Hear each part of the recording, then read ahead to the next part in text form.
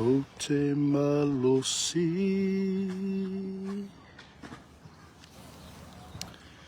ngā lue pea tatalo whina pea ua maulo loto ia o eloa tua olo mana o te mawhai ai mea uma pele fu ngā mai lewine le mati le olive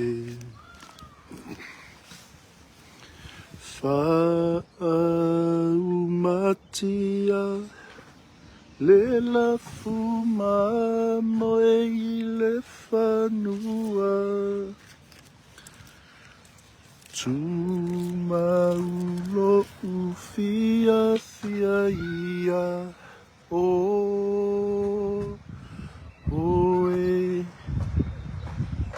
hele mawhai Ona sui alo una ia oe o te malosi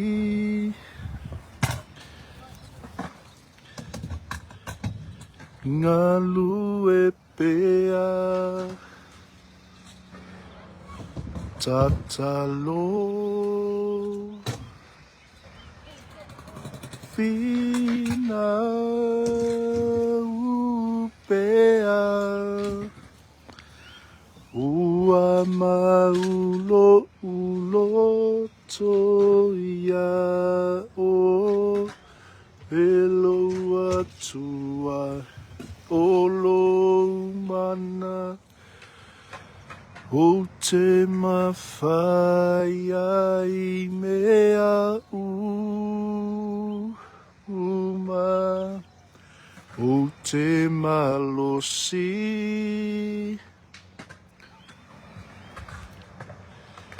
ngā lue pea tatalo whina upea ua maulo uloto ia o eloa tua olo mana o te mawhai ai mea uma. Hello, how are you?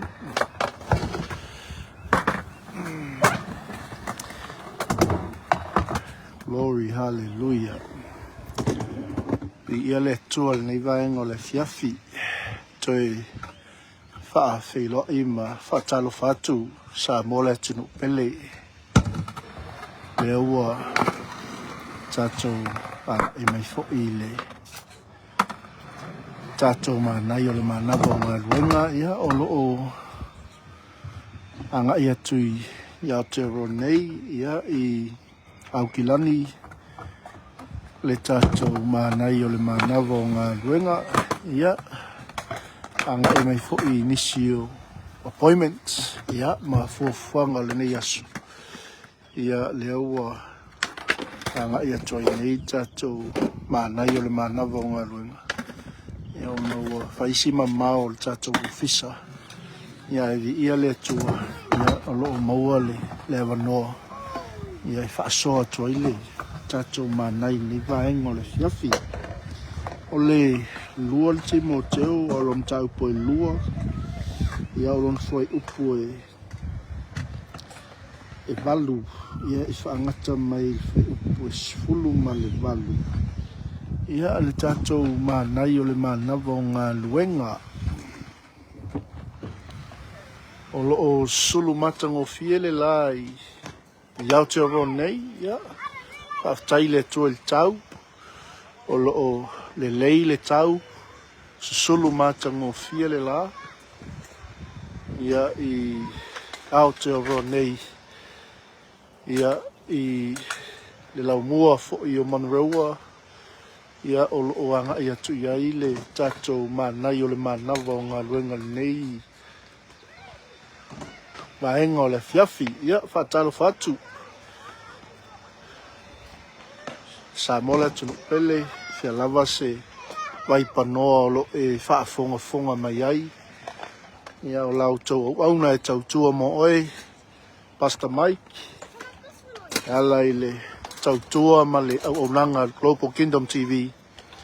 Ia leo wa anga ia tol tātou Manai o le manava o ngā luenga. Ia o le no whanga lea sa ngai mei ei fo inisio fuanga nei aso.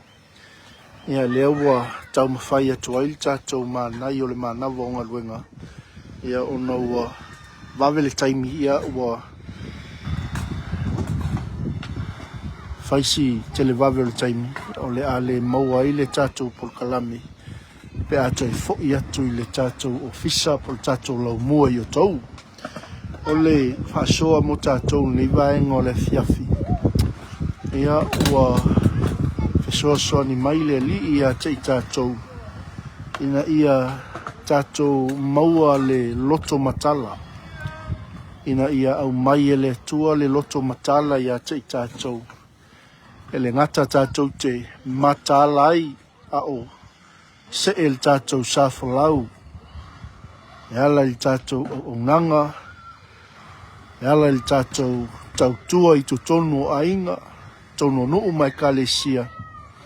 Ina ia maua e tātou le loto matala. O le whamanatu. O le toe whawhangu fo i lea le apostolo i lona talii. Whale nganga o Timoteo. Ina ia mawhau i mea uma.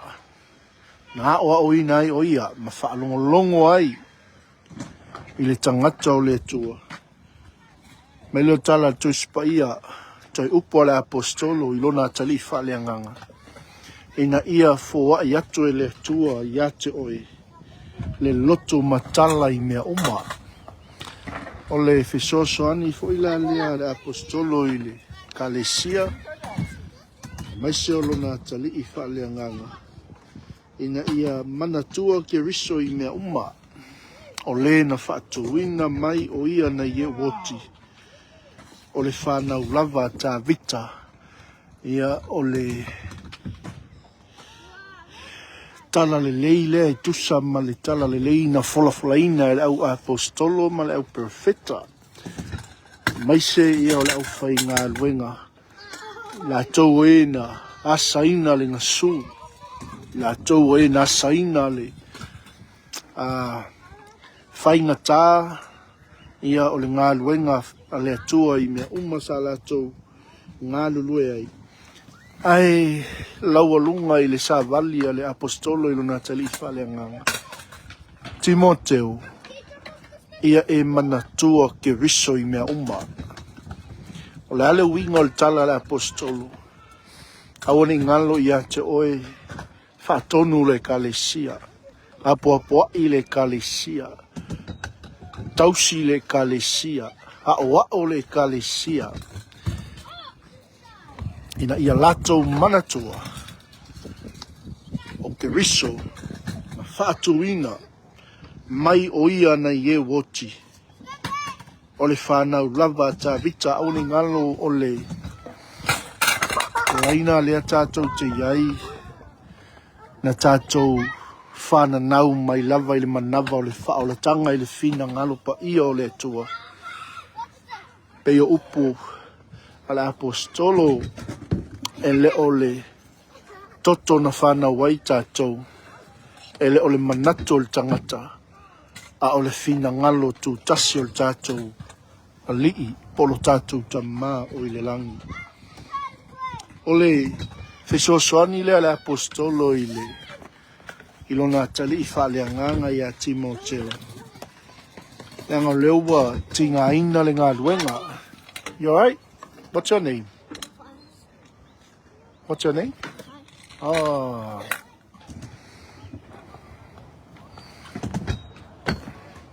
Ia nisi o alo ma whanau o le.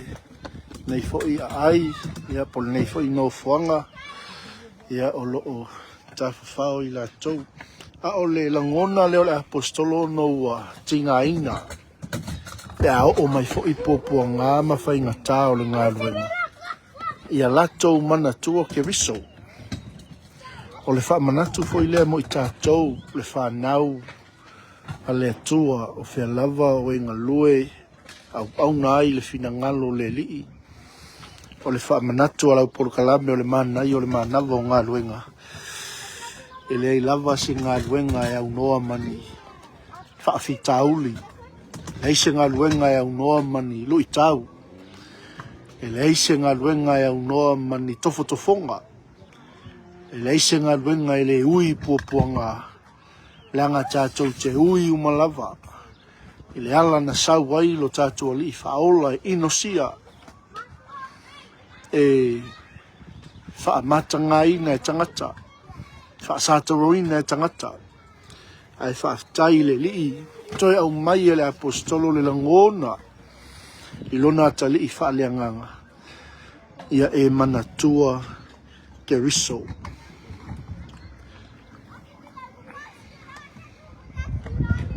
Ia e manatua le afionga le atua.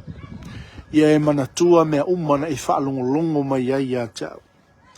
Ia e manatua le na filifilia oi. Ia e ono sai mea uma. Ia e lava papale mea uma ona o le au paia ma le au filifilia.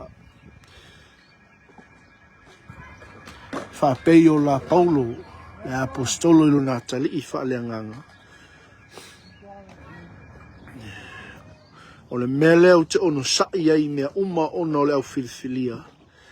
Ina ia maua I la tau fo I le whaolatanga. O loo ia ke riso Yesu male manuia e whaavavau. A le ise ono sai e le fua mai, fua le amiotonu. A le ise ono sai e le fua mai le finangalo le tua o lo e nga lue au nai, lo tau puno nou ma ngalu lue ai. A le ise ono sai e le mawhai ona langona e le au filifilia. Nono tanga pia upo le apostolo, whai mai. Ona o leo o tinga ina ia ua o ina nono tia o au peisia I se pango tā. A o le afionga le atua e le no tia lava. Amen. A tonu e whaafale pui puina I tātou, a tonu e angalanga ina I tātou, a tonu e tu lafo ina I tātou. A o le afionga le atua e le no tia lava. Ia le o le manuia e whaavavau o tā pena e le atua mo I tātou. Ina ia maua e tangata uma le whaolatanga e ala I tangata o Yesu ke viso. Amen. Whai lasin tala inga le nei aso no alala maia le au auna ma le tolua ia ua talia le whaolatanga ia e maise whaasoa ia ile le lei o le atua ia e maise foi nisi o le timo lo I totonu o le whale le te vai atu iai ia I nā lea nā ngai mai ai le au nanga le nei aso whai le tala inga talia e tangata le whaolatanga le atua e ala ia Yesu ke viso whai mali I ma whaola I o lato o langa o le whamanatu la lea le apostolo lona tali Timoteo o le upumoni le nei e a whai tātou te oti whaatasi maia tātou te ola whaatasi ai fo'i maia. Amen. E le o utu vāl malanga le maliu ma le oti. Ai o le whaamanatu mo o esa mo le atu nupeli. Ia o mai le oti. Ua ia te oe ke riso. Pe o la Paulo ia e manatua ke riso lo wata li i Timoteo. Ia e manatua lea li i whaola. O le upula lea na wha manatua le apostolo ilo na tali. A whai tātou te oti wha tasi maia. Tātou te ola fo i wha tasi maia. Amen. O mai la le wala aua le tua fo i le tino i le ele le anga na whau i tātou i le pala pala. E toi fo i le pala pala. A o tātou nganga e fo i atu i le atua. Le mea na a wina mai ai tātou. Pe a whai tātou te ola whaatasi ma ke riso. Tātou te oti fo i whaatasi ma ke riso. Amen. Pe a whai tātou te ono sai. E whai fo i tātou matupu whaatasi mai ia. Amen. Se la le wha maoni o le upua le atua le vaenga o le fiafi. E lava fo le ono sa i le staimi a. Aua ne i a vea ia me tutupu tātou sa valinga. Ma mea tātou te le manatua i ke riso. Ma mea tātou te lafua i ai ke riso. A le wha manatu mo i tātou. A whai tātou te oti wha tasi mai. Tātou te toi te tū fo i wha tasi mai i le manuia e wha vau. Amene. Pei ona wha soa le Apostolo Paulo ilona tali wha leanga. Ia maua i e tangata uma le wha o la tanga. Amen. A whaila tātou te oti whātasi mai a tātou te ola fo i whātasi mai a. A whai tātou te ono sai. E whai fo i tātou matupu whātasi mai a. Pe a whai tātou te whaafiti i a te ia. E whaafiti fo i o ia i a te i tātou. Amen. Ao. E soi fua maua le manava le atua. Ia. E whai tātou matupu whātasi mai ia pēr whai tātou te onsa i le ngā luenga le atua. A wai le utu vār malanga le maliu ma le oti. O lo o anga i mai le oti. E oti tangata uma. A le fesili. O ia te oi ke riso. O ia te i tātou ke riso. O la Paulo ilona tali i whale anganga o Timoteo. Ia e manatua ke riso. O le na whaatuina mai o ia e ia. Na ye woti. E tusa ma le tala le lei na fola fola ina atu i ate o tau. Amene. Tātou ono sai. O le ngā luenga le atua. O le wala aua le atua. O le whaiva o lo tātou ngā lulu e ai le whale o le atua. O le au nanga i to tono o lo ainga. E whaile ono sai. Na ono sai o ia ono i tātou. Tinga ina o ia ono i tātou. Lea le whai mai le tala le apostolo. A whai tātou te ono sai. E whai fo i tātou ma tupu whaatasi mai ia. Pe a whai tātou te whaafiti ia te ia. E whaafiti fo i o ia ia te i tātou. A whai ele wha maoni i tātou. E wha maoni pe a lava ia. A wai le mawhaia ia o na whaafiti ia te ia. Oka so lele. Wha maoni o le upua le atua mo i tātou ni vaenga o le aso. Tolua nganga na whaolainga le nei aso li tala inga. Ia vi ia le atua. Wha moi. Na ia aua nei mate lo tātou la mepa. Le ale whaiva. Ma tātā o lo e ngalue ai au na ai. Le whina ngalo le atua. Ia e manatua ke riso. Ono sai pōpua ngā ma whaafita uli. Ono sai rui tau ma tofo tofonga. Na ia tātou maua. Le ola e whaavau. Na ia tātou tū whaatasi maia. Tātou wola whaatasi maia. Ina ia whai fo i tātou ma tupu whaatasi maia. E wha maoni fo i oia e le whaafiti ia te i tātou. Amen. O le wha manatu. Tau tino le apostolo ilo nā talifa le anganga Timoteo. Ia e wha manatu ia te i lātou ia mea. Matau tino I lumo le li I aua ne I lātou whiwhina wa I upu e lea o ngā. Ai wha sei na ai o e wha longo iai. Ameni. Tasile mea ua. Manu ai le ngā luenga le tua o le whiwhina wa I upu e le isia o ngā. Whiwhina wa I le mea e le tusa ma le whiwhina ngano le tua. Ua saili vi inga, ua saili mamalu. Ai la fwa I le whiwhina ngano le tua. Me leo tala le tamaloa. Ia e tau mawhaina ia vea oe ma leo wa fia mai ia I le atua. O le whai ngā luenga I le aise me mai. Na te vai tonu wina le upu moni. Ameni. O a mai o ni vaenga o le fiafi. O whai tātou ma tangata e fia mai ia I le atua. O le tangata.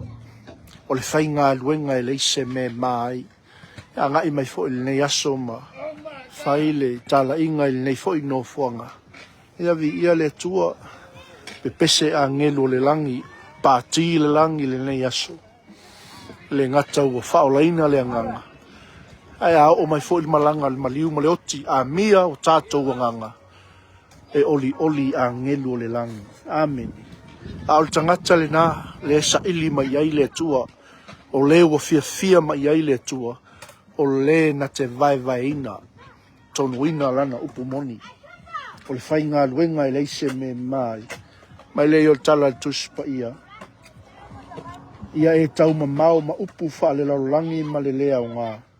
A wai tupu ati le ai lea mio wha le matau. Mi ia le li. Wa ailo si o manga. Wa ailo loto I fali. Wa upu o lo wha o ngā I to tonu o lo loto I fali. Wa upu o lo wha o ngā I lo si o manga. Mi ia le li. Ia tau mawhai a vea oe ma lewa fia mai ai le tua. Ia tātou matala, maua le loto matala. Ina ia aua nei o mai a te I tātou upu whaalalolangi ma le lea o ngā. Amen. E tupu ati le ai lea mio whaale matau. Amen. Vi ia le tua. Ia o tātou ma naile nao le manava o ngā luenga. Ia maua pe I tātou le loto matala mai le atua. Tufa ma whaasoa, whai wai manuia, le ngā ruenga le atua, whai wai manuia I le wala aua le atua, a whai wai manuia I lo whaiva o lo wala awina. Whaasoa le manuia o le atua ina ia whaolaina tangata uma. E o la Paulo I lona tali I whaalea nganga o Timoteo, ona o leo o tinga ina ia o oina no tioa peisia I se pangota a o lea fionga le atua e le no tia lava o le mea leo te ono sai ai mea uma ono leo filifilia ina ia maua I la tau le whaolatanga o loo ia ke riso Yesu male manuia e whaavavau ia whaamanuia mai le atua I le nea fiafi whaawino tute mawhaiva mai sfoi o tātou polkalame o loo. Tāpena mai, taulanga fiafi, songa le whawhiangai ngai a whiu, ia iaileanga le lei o le tua, ia le pai o le tua ia te oe, manava atua na whaamanianga ia te oe, ia vea I tātou ma lewa fia mai iai le tua. To God be the glory, forever and ever. Amen and amen. Whaamanuia tele, sa mole atu no pele. Ono Yesu lelei. Amen.